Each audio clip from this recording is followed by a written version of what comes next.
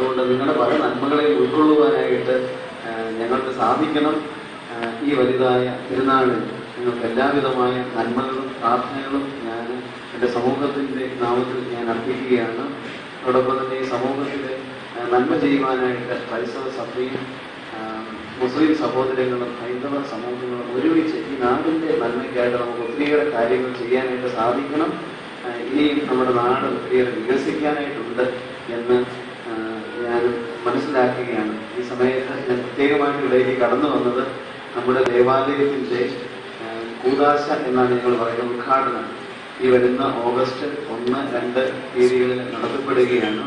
അപ്പോൾ നിങ്ങളുടെ സാന്നിധ്യവും പ്രോത്സാഹനവും നിങ്ങൾക്ക് ഒത്തിരിയേറെ സന്തോഷം വരുന്ന അനുഭവമാണ്. അതുകൊണ്ട് എല്ലാ സഹോദരങ്ങളെയും ഈ ചെറിയ പെരുന്നാളിൽ തന്നെ ക്ഷണിക്കാനായിട്ട് സാധിച്ചതിൽ എനിക്ക് വലിയ സന്തോഷമുണ്ട്.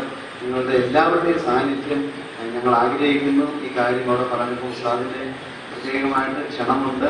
ആശംസകൾ മുസ്ലിം സമുദായത്തിൻ്റെ പേരിൽ ആശംസകൾ അറിയിക്കുന്നുണ്ട്. അവിടെ പ്രത്യേകിച്ച് കർദിനാള് നമ്മുടെ ബസീലിയസ് കാതോലിക്ക ബാബയാണ് അതിൻ്റെ ഉദാസ കർമ്മം നിർവഹിക്കുന്നത്.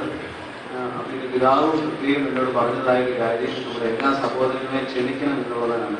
വീണ്ടും ഉണ്ടായിരുന്ന ശുശ്രൂഷയ്ക്ക് പ്രത്യേകമായി ക്ഷണിച്ച് പിതാവിനോടൊപ്പം ഉണ്ടായിരുന്നു.